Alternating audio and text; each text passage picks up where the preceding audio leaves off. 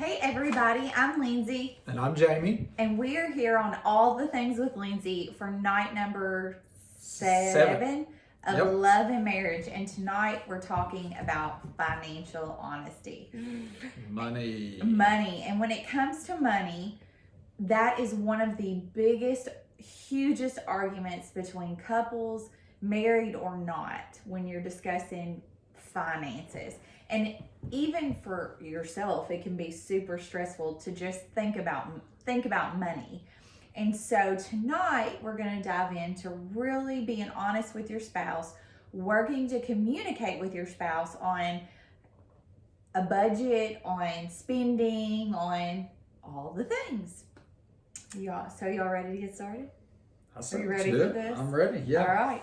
And this is one of the tough talks that you have to have in marriage. And full disclaimer, this is one of some of the biggest fights that when we first got married, that we had, because we came from two totally different backgrounds growing up. When I was little, I remember us counting pennies to be able to go out and eat, and my mom asking for a doggy bag, which is such a funny story because they called them to-go boxes, but she called it, I'll never forget, like, we laughed so hard when she called it a doggy box. But in reality, we didn't have a lot of money. And when I got older, I saw my parents work hard, and the more they worked hard, the more we were able to have. And that tends to, maybe it turned me into a little bit of a spoiled brat. But I did work from the time I was, 15 all the way through college. I worked. I knew the meaning of money. I just didn't understand the value of money. I literally thought it grew on trees. So I met Jamie, and how nice. He helped me discover really quick that money did not grow on trees. No, it does not. Now, when I was younger, my youth was a great childhood. We didn't have a lot, but we had what we needed, what we wanted. I had a couple grandparents that liked to spoil me and my brother. We didn't have the nicest of everything, but we had what we needed. And as I got older, I'm like Lindsay. I started working when I was 13, and I never stopped. Worked all the way through college. When I got into college, I had to work all the time. I would get a little residual money back at the beginning of the year from Western, and I was like, oh, this is awesome, and of course I would burn through it like an idiot, but I had to work. And I know the feeling, I knew the feeling in college to overdraft my bank account, heart sickening, and you're like, oh my gosh, what am I going to do? I don't get paid for another 2 weeks. I've been there. And I used to balance my checkbook to every penny I had. He did. Because I had to. Drove me nuts. Not because he did it, just because he was obsessed with it. I had to know how much money I had in the bank. And my entire time in college, I had one credit card. And I remember talking with my parents about it. They were like, it's a good idea to help you build your credit a little bit. So I got one.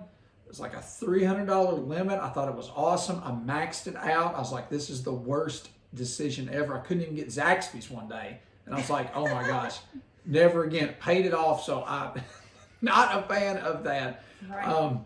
But yeah, when we got together, it was tough at first. I was like a penny pincher just because I had to be. And I'd always had my mom to make sure that, that she always took care of me, made sure that and if I got close, she helped me out a little bit. My parents, they would step in and help me every now and then, but it wasn't something like they could do very often. And when Lindsay and I got married, we were in a really difficult financial spot because there's some stuff that happened with me financially that put me, I won't say we were necessarily in a financial bind. We were broke. Now, granted, we were broke. Her dad wanted us to have $10,000 in the bank. We wasn't even close to it. I think I owed $10,000, but we might have had $10. But I had a lot of debt that had really adversely affected my credit in ways that I didn't even know about. I mean, some of it we didn't even know about until days before we got married. No idea. It almost caused us not to get married because we had. Yeah. And I mean, no none of idea it about was it. like, it wasn't like anything I could help at the time, but it took a ton of work. A lot of people helped me. But I've had to really bust my tail. We've busted our tail. And I mean, you know, it's a really great feeling. It's taken 10 years of work. I consolidated debts. I just paid and paid. And, you know, we've bought and I've paid and worked very hard. And now, I mean, almost 12 years in business, you know, and almost 12 years in marriage. I have, you know, my credit score, it feels awesome. I took it from like mid fives, you guys, maybe low fives. Horrible. You can't buy nothing with that. They're not going to finance you for nothing. And hers is still a little higher than mine. It kills me. But like, I think she's close to like 800 and mine's like knocking on 750 now, which is fantastic. Like for me, that's like a huge win. Anytime I go to the bank and like, don't you remember I could get money for something. Don't you remember though the time when you went to the bank and you called me and you were so excited and I'm like, what happened at the bank? And you're like, my credit score happened. I mean, he was so excited. It's a huge achievement for me because, and it's taken, gosh, it took the better part of almost 7 years to actually get it in a good place. Yeah. Just a lot of work, guys. So, but money early on for us, we didn't have a lot of it, and it was very difficult because, and that's something we'll talk about in a minute, because lifestyles are different. People are just different about how you handle money. You know, your money characteristics are different.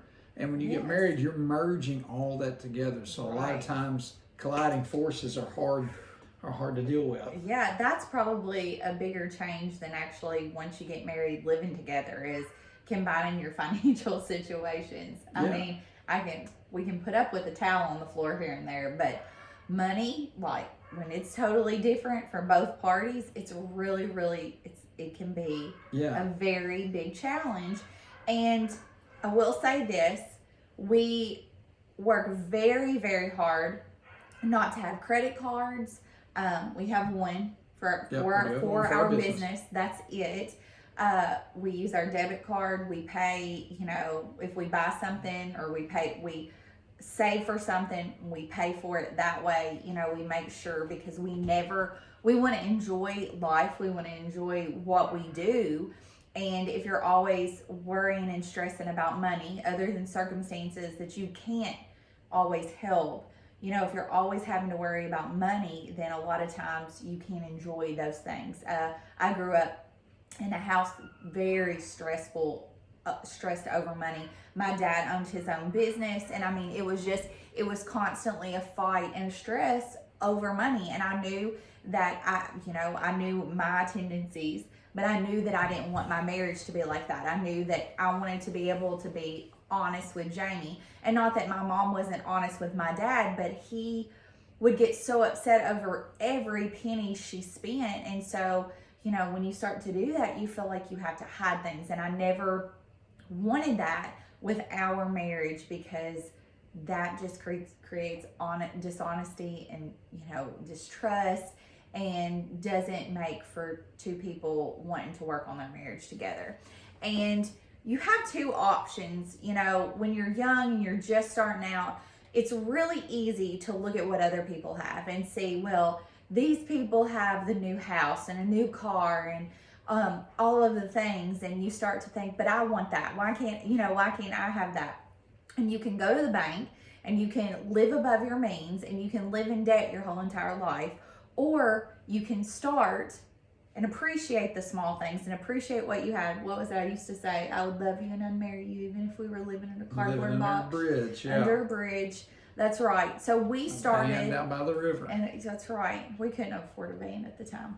But we bought a house, and it was a fixer-upper. It was, I wanted a lavishing house. I wanted something nice, and that's not what we could afford. So we got what we could afford, and that was a fixer-upper. That honestly, that probably made our marriage even stronger, because we could knock out walls together and witness the flooding basement and the squirrels in our house, and just it was a bit of a limit. But it was a good house. It was a great first house, really, and you know, we turned it into something nice. We turned it into a home. It took some time, but yeah. So if you start big, you know, and you just having to work for it, think made us appreciate the journey so much more. And we did it together. It wasn't one of us doing it. It wasn't, me doing it or Jamie doing it. It was both of us working really hard to actively pay attention to our money situation. And that doesn't mean that we always did a fantastic job, because we both have wine taste and, beer pocketbook. So there were times when it was a huge struggle. And I was in school. Jamie was looking for work. When we got our house, he had finally found a job, which, because this was like 2009, this was in the middle of a recession that we got married to, 2009. So finances are so important in your marriage. Yeah. And part of that is just being financially honest with your spouse. Yeah, absolutely. And honesty, especially with the hard things, it's always going to pay off in the long run. Have the hard, honest conversation up front, even when you don't want to, especially about money. It'll be one of the hardest things you talk about. But in the long run, as with anything, in the old adage, tell the truth about everything, because it will pay off in the long haul, and especially about money. I think it's important to talk about, when we get married, sometimes why financial things are difficult to bring together. I don't know how many of you guys share a bank account between both of you. But some of you guys may still have separate ones. That's okay. But we're going to talk tonight about the importance of merging your money. It is biblical, and some of the issues that can arise when we don't merge our money together, because a lot of people think, well, that's just the easiest way to stay out of financial fights. His money, her money, no big deal. We'll pay the bills. But that's not always the case. And I think we should touch on just a few of those. Sure. But starting off, when you get married, the whole thing around marriage is two people are becoming one. And that's everything about you. Your lifestyles, your money, everything becomes one. And that's not always easy for people, especially if you're living two different lifestyles.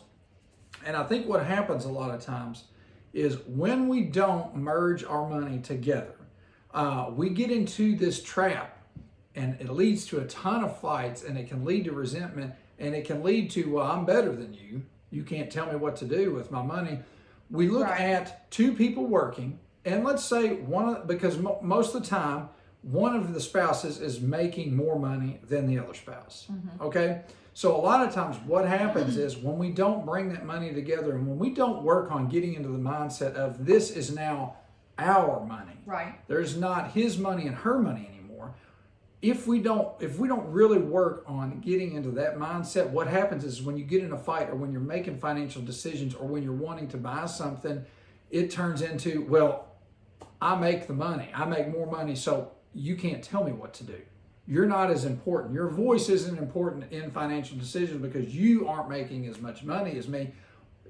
And I think that happens a lot when we decide not to put our money together, when we decide not to, to start using the terms, this is our money. We end up in that his and her world. We're still really, even if we won't admit it, when we won't move everything together, we're still two people living two different lifestyles. Right. Under the same roof. I agree. So you got to do the hard stuff right there, and you got to understand that no matter if your spouse is making $20,000 a year and you're making $120,000 a year, you put it in the same account. It's your money, and you're both equals on your financial decisions. I think that's super important. I think that happens a lot. But you have to have those conversations. If Jamie is making $120,000 a year, the respect to come say, hey, I want to buy this. Just those honest, those conversations. It's not, I make more money, I can do whatever I want to with it, even if it's in the same account. That's just part of being married. And when you merge those things, it creates that bond where you have to talk about it. Yeah. It's mutually one account, no matter who puts the money in there and who spends it, and talk about it. So we have some rules in our house, and we own a business, so this is taken a balancing act. But we have our business, and then we have our personal life. But we have a deal that if we're going to spend X amount of dollars, if it's over a certain amount, that we talk to each other about it. You know, it's reasonable. It's something we agreed on. And if I'm going to go shop out of respect for Jamie, and like we talked about last night with submission, I talk to him about those things. We talk about it. I say, hey, I'm going to go buy Leighton clothes. I'm going to go shop for me. Have you ever told me no? I don't think, he's never told. I mean, No. Maybe if we don't need to, I'll talk, we'll talk about it. I'll talk about it. I don't mind having those discussions, but Right. I don't think so. But it's never been unreasonable. Right. You've got to be, you have to learn yourself to be responsible with your spending. Right. And just because you go to your spouse and say, hey, I'm going to go shopping, that doesn't okay. Like if you're paying out X amount of dollars a month and there's like $500 left over at the end of the month, going shopping and spending, $2,000 or $3,000, it's not okay just because you went and asked your spouse. So there's a balancing act there too. Right. There's self-responsibility and then the respect, because she's right. Lindsay asked me, and honestly, we do have that rule, but I'll tell you, I think I've just found it easier that if you're going to make a purchase, just let them know. Say, hey, I'm thinking about doing this. The other day, I was looking at this little bitty Pro Photo light that you can use with your cell phone. And I think it's the coolest thing, can really up your phone photo game. That's coming from a photographer. Yeah, I said it. But if I'm going to take photos with anything, I want them to be the best they can be. And I sent it to Lindsay. I was like, hey, check this out. And I think I said, why are you sending this to me? Well, you messaged me back and you were like, well, if you want to get it, that's cool. It's like, we may not really need that right now. And I was like, you know what? She's right. That's something that we can hold off on and we can have it later. I didn't get upset by that. No. It was fine. She's right. So, and it was it was a little purchase. It wasn't anything massive. Right. So it's just, it's easy to just, full disclosure. Yeah, I completely, especially when it comes to this topic. I completely agree. Because do you remember the time that I went to a place in Nashville and bought, you bought furniture? I went to get paper for the studio, and this is buyer's remorse, but this is what happens when you don't talk to your spouse about things. And so I went, and this guy there, made me feel so bad. He basically told me I was a mom. When you went, I know what you're talking about. I was a mom, a soccer mom with a camera. And it really got me down. And so I did a stupid thing. And I was like, I'll show him. I'll show him. I went to Z Gallery in Nashville and bought furniture for the studio that I could not afford, and we could not afford it. And granted, we paid for it. It's by the grace of God, but it was a terrible decision. And if I would have just called Jamie and said, hey, I'm about to do this, he'd have talked me off the ledge. We hadn't been married, maybe three We've been in years? Business, probably. Yeah, that's about right. And was that before Leighton was born? Oh yeah. Yeah. Oh, so. Yeah. And you all, I still have this couch and chair. No, we don't. We don't have either one of them. Yes, we do. We don't have the couch. Yes, Warren has it. Yeah. So it's still in It's still in that. Yeah.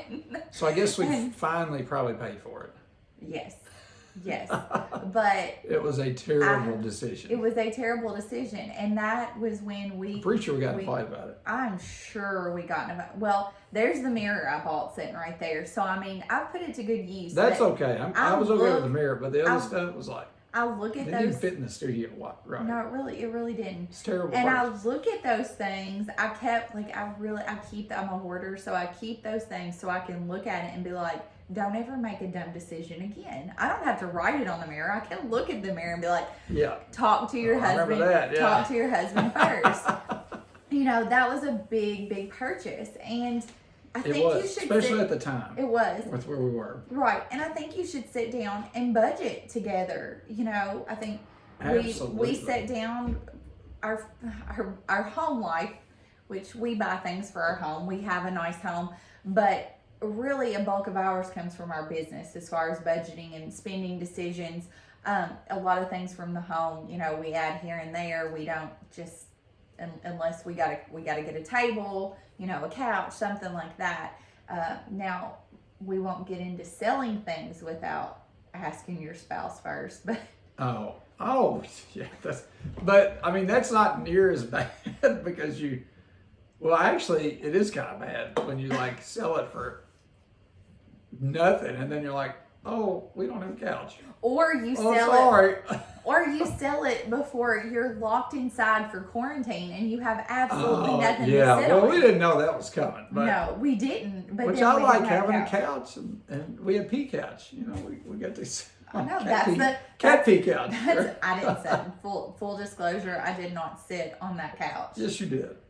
Because you had to. I think you sold our couch. I think I chose to sit and in the get floor. Another one. Everything closed.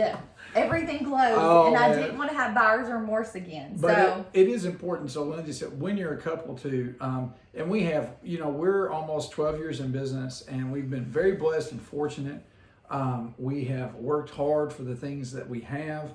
And we worked hard to stay out of debt. We don't stay in debt. One of the things I think that is most important, and it should be one of your goals as a married couple, it is for us, and it's biblical, is don't owe people money.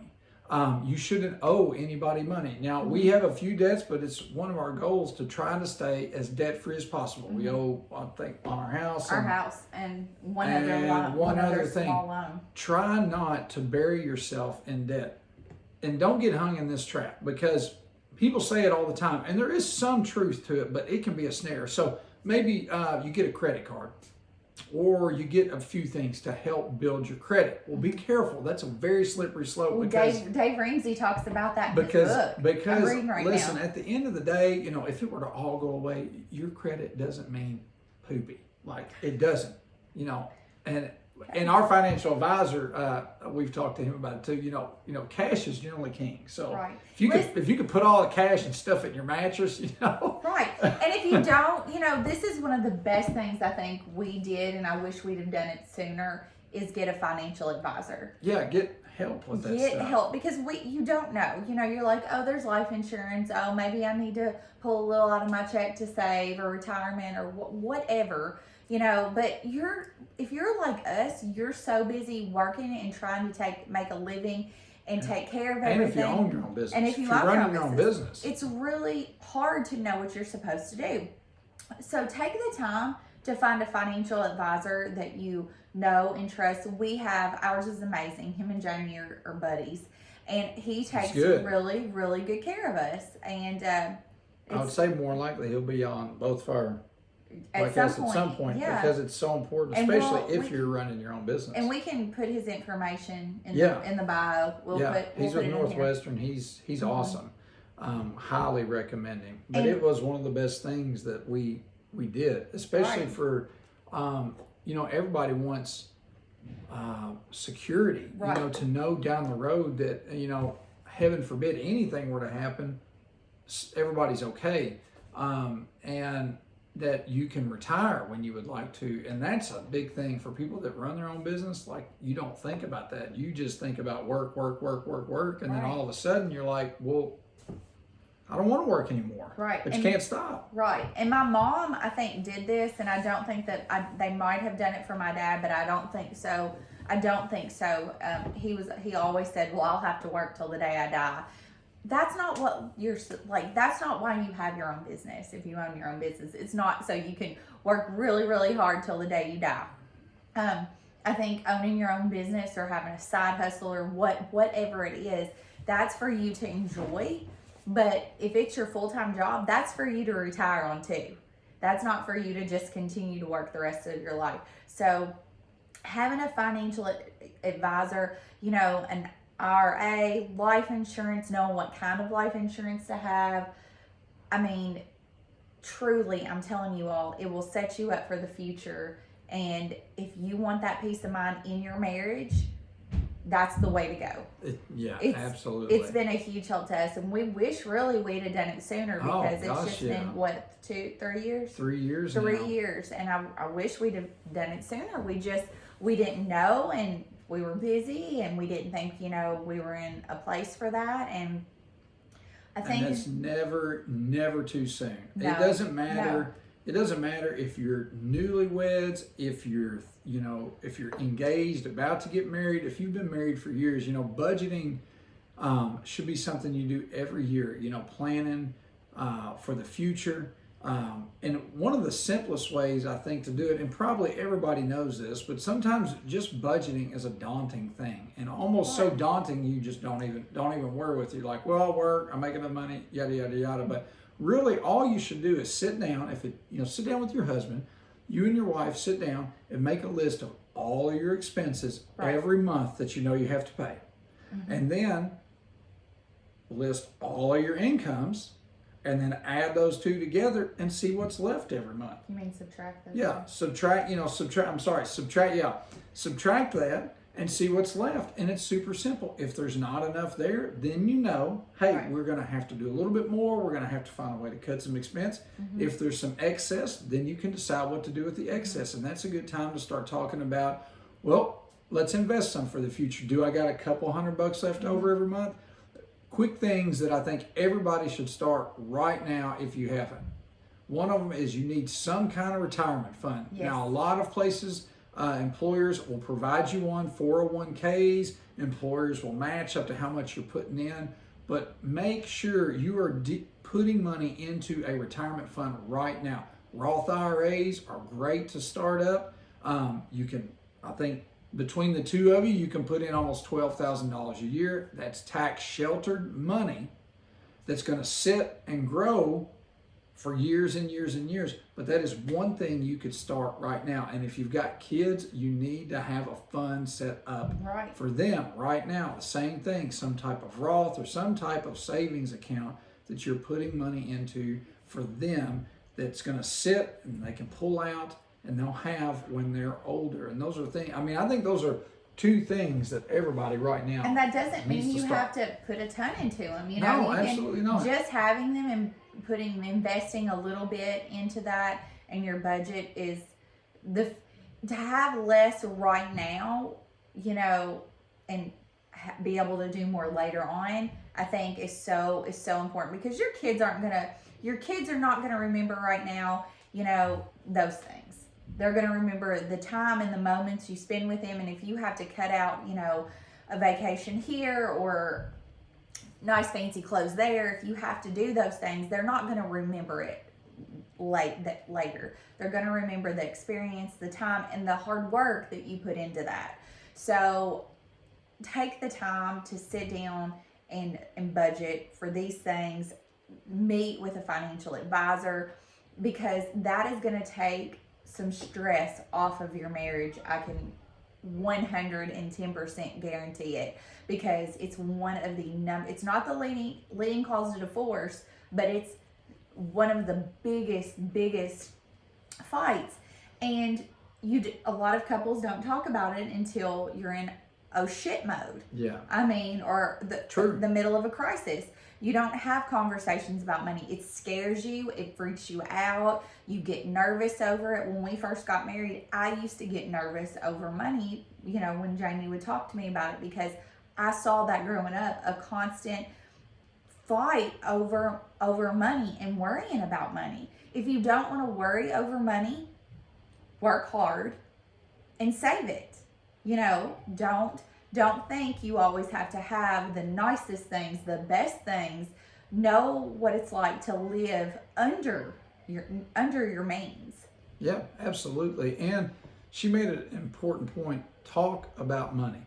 The more frequently you'll talk about it with your spouse, the less likely you are to be in a fight about it. Right. Because if you just wait to have the conversation when you're in crisis, then stress levels are super high. There's a lot of tension, and you can end up in the blame game, and you can end up in huge fights just because of how much stress is laying on you if you're in a tight spot with money. So don't wait to have the conversation then.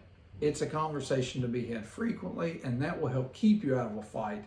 Keeping an open, honest line of communication with your spouse about your all's financial situation is super duper important. And let's talk about spending habits for a minute. Yeah. Because spending money and shopping and buying things or impulse buying feels good. It does. Spending money feels good. Can be an addiction. Sure. It can be. Oh, yeah. Let's, we'll get into the addiction part of this really fast. Addiction, we always think about alcoholism or drugs. That's not true. Addiction comes in many, many forms, and you can become a shopaholic.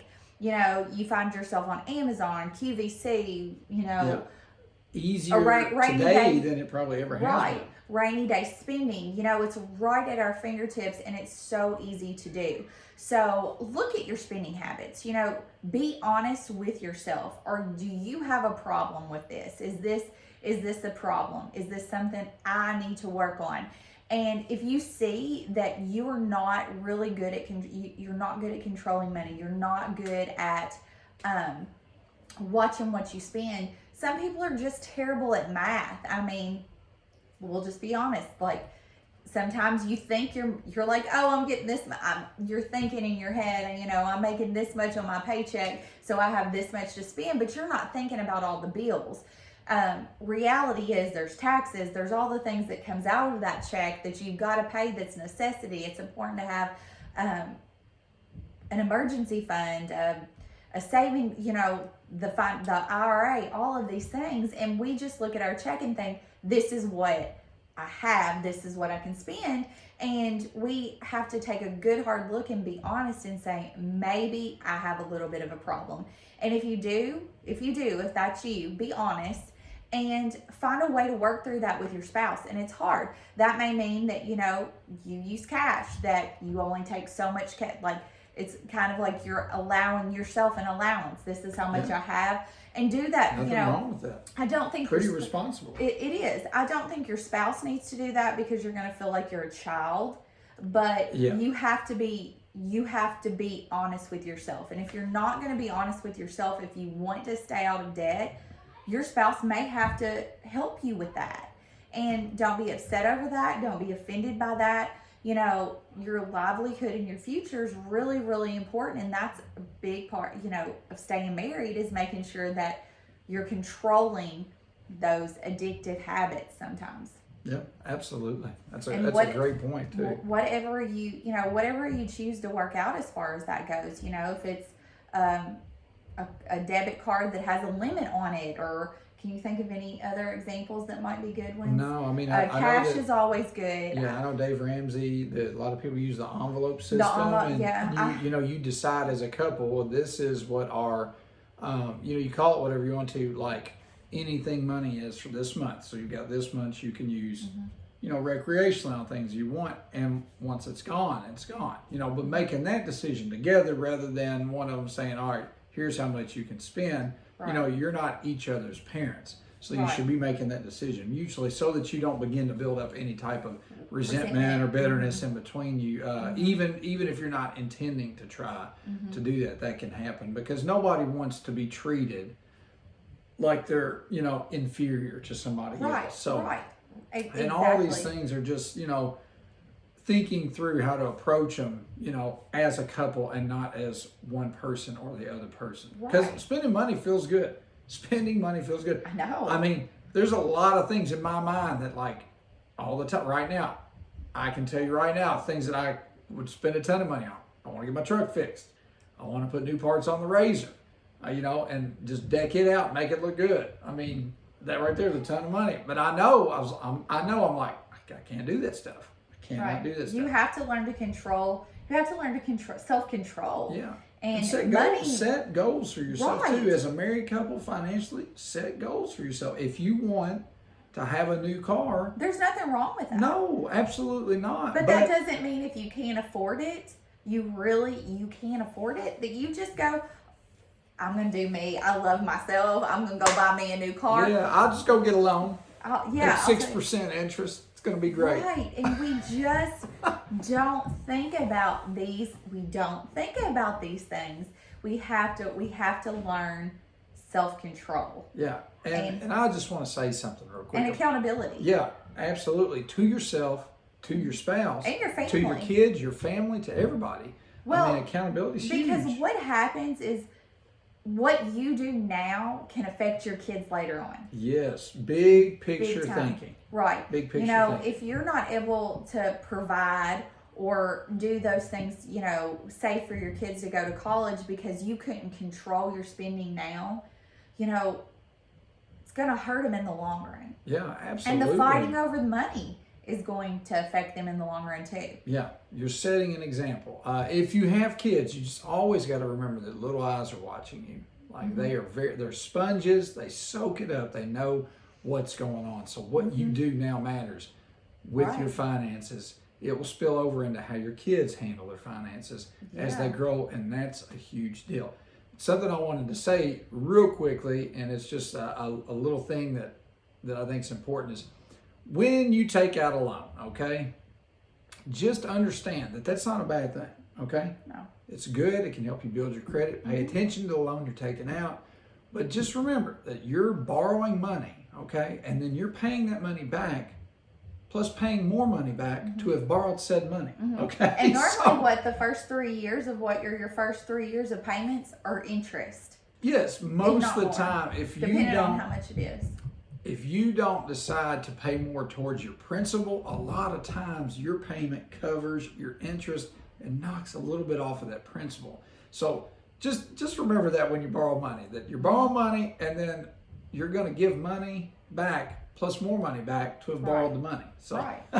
So the best thing to do is if you want to buy something or you want something, say, okay, I'm going to set this much money aside to pay for this, or I'm going to, if I want this, I need to save this much money so I can put this much out of our check. It's so much easier to do it that way. And I think you value it, the things you have so much more. And we are not money gurus. I've learned a lot from Jamie just being, I won't call him tight, but I've learned a lot from Jamie just watching him and how he handled money to see that his habits were really, really healthy habits that I needed to. Yeah, sometimes they were scrambling, and I'm not a money guru by any means. Okay, I had one accounting class in college, and it was like the worst time of my life. Okay, literally. But I don't think Hats you have off to be. Anybody. No, I you don't think you have don't. to be great at accounting It's not to be rocket smart science. with money. We just live in a very greedy, I want it now. Keeping up with the Joneses, and if I have to go take a loan to keep up with the Joneses, that's what I'm going to do. And it's a terrible way to live. And we have access.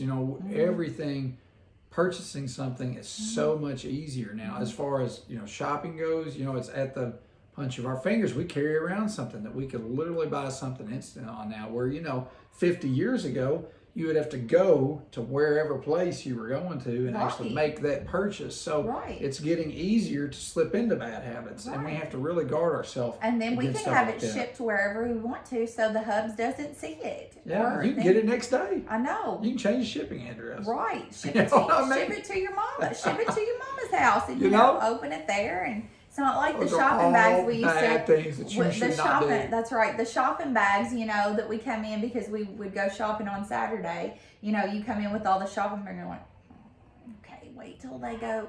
It was always like, wait till they walk in the other room and we're going to slip through the house really quick with our bags. That's not it anymore. And it adds up really quick. I think that, going shopping on Saturday to stores and having all the bags you physically are holding all that weight of what you purchased if you're a shopper. But when you order online and Amazon, little things add up really, really fast. Pickup does too. You put it in your cart and you're like, oh, I'm going to go get this and I'm going to go get that. Like, you end up spending a lot of money because it doesn't feel like it because it's small. You don't it's see small it, you're not like taking hold of it, putting it in that cart. And you're not holding it. There's just a little shopping cart icon that's got numbers up there. It's really small. Cuts on your arms, like just physical battle wounds from carrying shopping bags. Yeah, well, you don't ever have those, so they're usually on mine.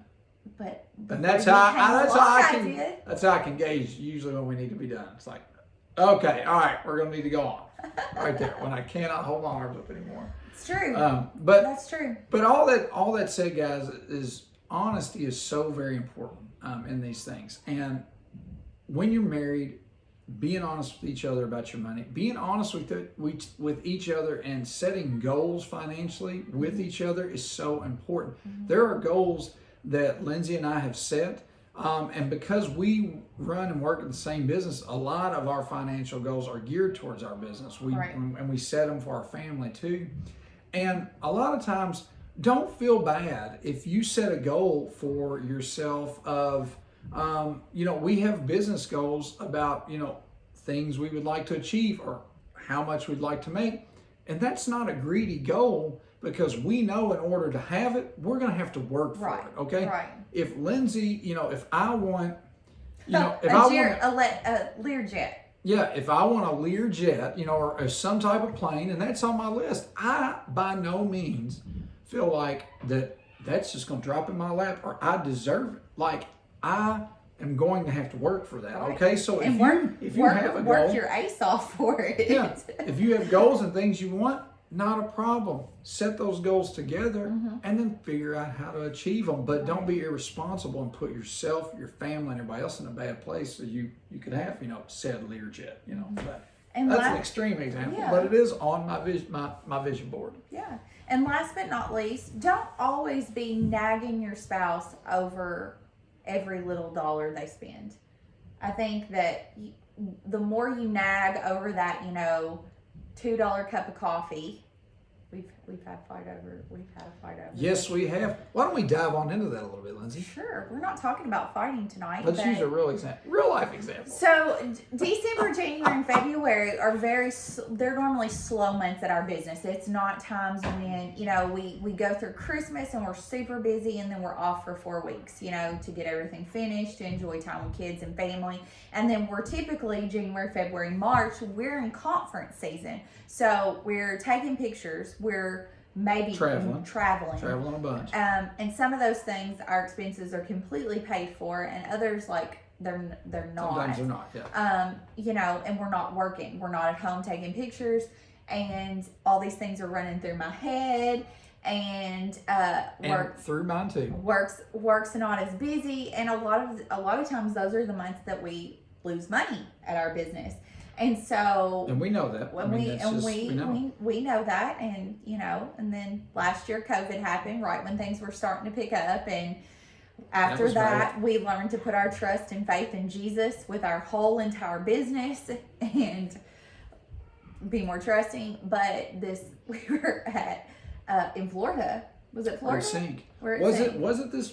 No, it was 2 years ago. 2 years ago. That's what I thought. Yeah, I didn't think it was this last time we were. I was, I guess, just in a mood, and I found that one thing to nag him about, and he wanted coffee from Starbucks, and I was like, "We don't need to spend that money.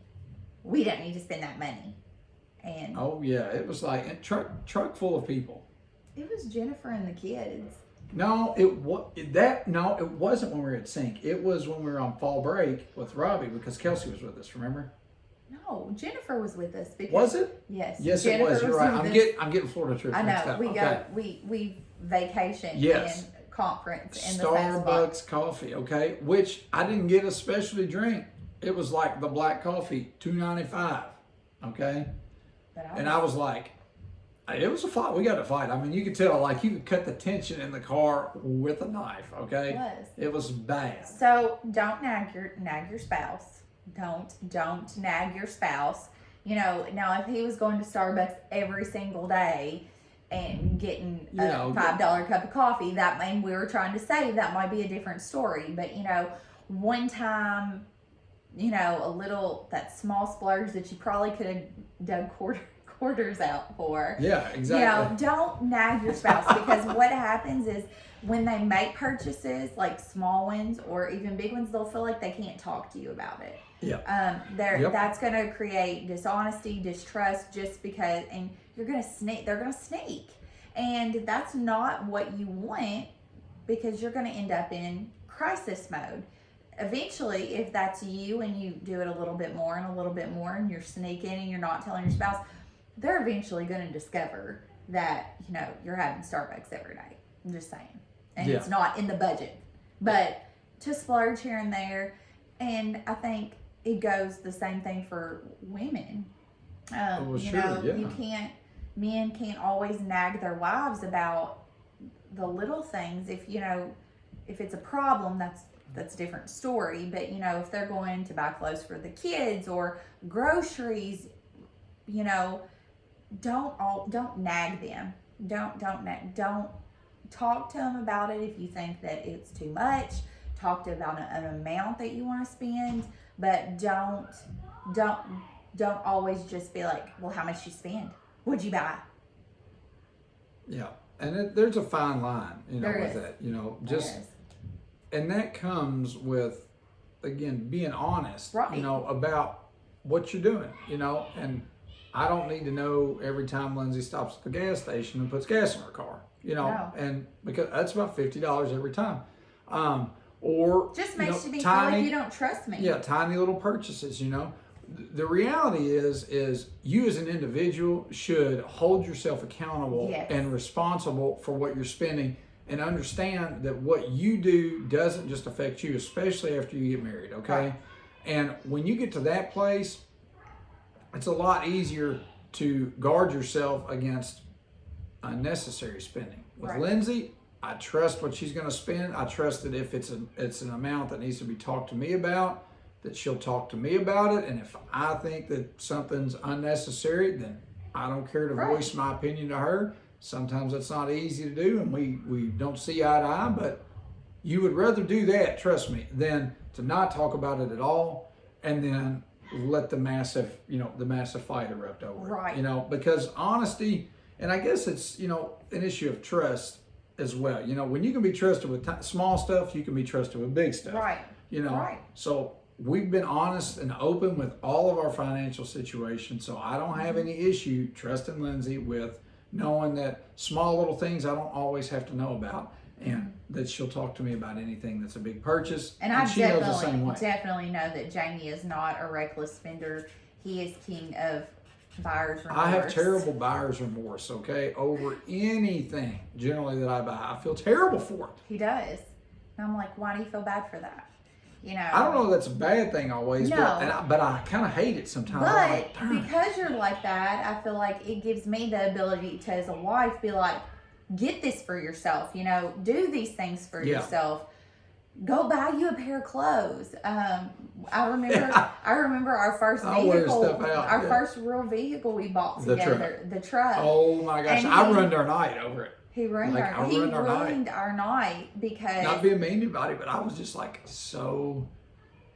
felt so bad for it, and I was like panicked, and I was like, oh my gosh, what are we gonna do? Like, we bought a truck.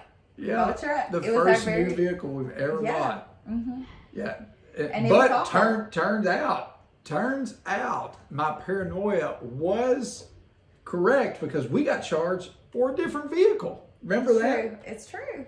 Because I kept telling, I was like, I just that amount's not right. I'm telling you that we've been overcharged. Something's wrong. Something is wrong. Oh my God, we're broke. We're never gonna make. I mean, We're gonna lose it. I was We're a gonna lose basket everything. case over this purchase, and I mean, it was fine. I mean, it was fine. But turns out, I think they charged us for like an Equinox or something. And we had bought a Sierra, and at the time, the Sierra was the better deal, but we got like overcharged like $5,000 or something. Yeah. So, but Check the VIN number on your purchase, guys, when you buy a vehicle. Yeah, but that's It's true so though. horrible. I mean, that's true though. I want Jamie to have those things. I feel like he deserves them. I don't feel like he should have to go without. And that's part of financial honesty too, is don't feel like you should be the one to go buy everything and get everything and have, and your spouse not. You have to look at it And that's as mutual. mutual, 'cause yeah. I want the same things for Lindsay. I want her to have, because we both work very hard. Mm-hmm. Neither one of us are sitting at home on our butts expecting the other one to just provide for us. Right. And if that's the situation, if you're said person that's doing all the work and the other's not, you need to have that hard talk with Right. them. And if you're said person that's sitting on your behind, not doing anything, and perfectly you need to have that capable. hard talk with yourself. Yeah. Now, I will say, and this isn't the case much anymore, families have changed, the family dynamic have changed. But if you're a mom and you're staying at home and that's your job, There ain't nothing wrong with that. Okay. No. If you got kids at home, if you're taking care of that house. That's a full-time job. And that is something to be applauded because, like we talked about the other night, our roles in families have become so devalued because we become so driven by what happens outside of the family. And the role of the mom is so very important. And if that's your role, don't ever be made to feel invaluable, okay? And if you're the spouse, if you're the guy going out to work, you make sure that you're treating that mom that's staying at home as your equal, if not above you, because she's nurturing, she's keeping that house. Her job is super duper important, and it doesn't matter how much money you're bringing home. So, and again, that's all about finding mutual respect for each other outside of dollar amounts on a paycheck, okay? So, and Jamie knows that I couldn't be a stay-at-home mom because I applaud you all. When we're home for that 3 or 4 week period, I'm losing my mind. I'm cleaning the floors 20 bajillion times. We're just go type people. That's what. Yeah, that's what but if you're, like he said, if you're a stay-at-home mom, that is a full-time job, and don't be made to feel like you have no right to the finances. No. Because that's not true. No way. And husbands, and I know guys on here watching, we don't do that. You just don't do it. Marriage is oneness. There's no her and him anymore. It's one person in God's eyes, and that's what he sees. So you all have to get to the place to where you understand that you're on the same level, and especially when it comes to your finances, as hard as that can be sometimes, because we go a long time in our life without a significant other, so it's just you and it's just my money. Right. I just do what I want with it. And you're a lot cheaper than me.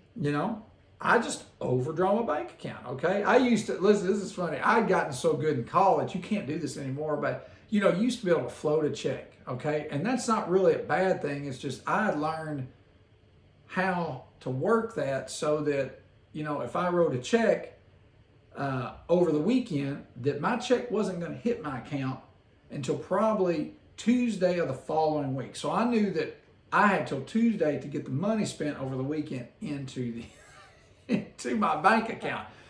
So you can't do that anymore. But I don't know why I threw that in there. That's something that I've gotten really good at. I was like, all right, I know what I can spend, and I know what I need to put it back in. It's true. And last thing, and definitely not the least to this whole conversation, just because you work hard and you think you deserve something, whether it's a shopping trip, a boat, a vacation, just because you work hard and you feel like you deserve it, doesn't mean that that's the right time to go purchase it. Yeah, absolutely. It's a matter, if I work and I make the money to purchase it and I see that that's time, then go buy it. But just because you work hard, if you don't have the money, know if you have the money, because you will never enjoy that boat, those clothes, that trip. You will be worried to death the whole entire time about it's not worth money and how you're going to pay for it. With most anything in life that can be said about certain things, and that's that temporary high is not going to be worth that long-term stress that comes when you can't make the next payment. Right. Oh, I got to spend a few weekends on the lake, but I'm 5 months behind on the payment and the bank's getting ready to come take it. I mean, that is not worth the amount of stress that's going to come from that stuff. And that is discipline. That is part of disciplining yourself, because we're a want it now type of people. I mean, that's just the case. I work hard. I deserve it. Exactly. That mindset is a dangerous mindset. It's very dangerous. Not that you don't deserve to have if you're working hard, but you still have a responsibility to yourself, to your spouse, and to your family. So you have to be able to check that stuff up. Absolutely. Well, you got anything else? No, man, I think that was great. Yeah, hopefully.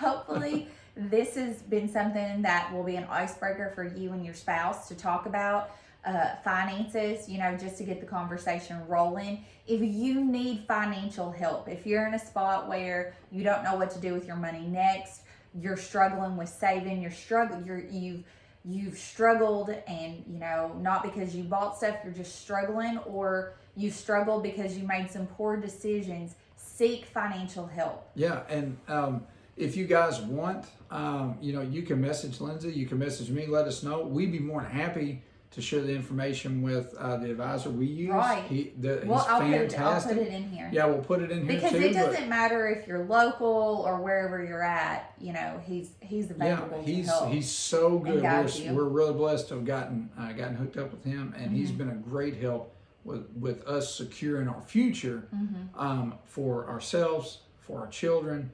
And I mean, we couldn't be more pleased. So yeah, reach out. We'll share that with you too, because it's super beneficial. And take the time to do the time consuming, the hard things, have the hard conversations, and don't go into that constant arguing mode over finances, because it can tailwind really, really fast, and you can find your marriage in a really bad spot. Yeah, absolutely. And you can control it. You can control it. Just frequent talks. So.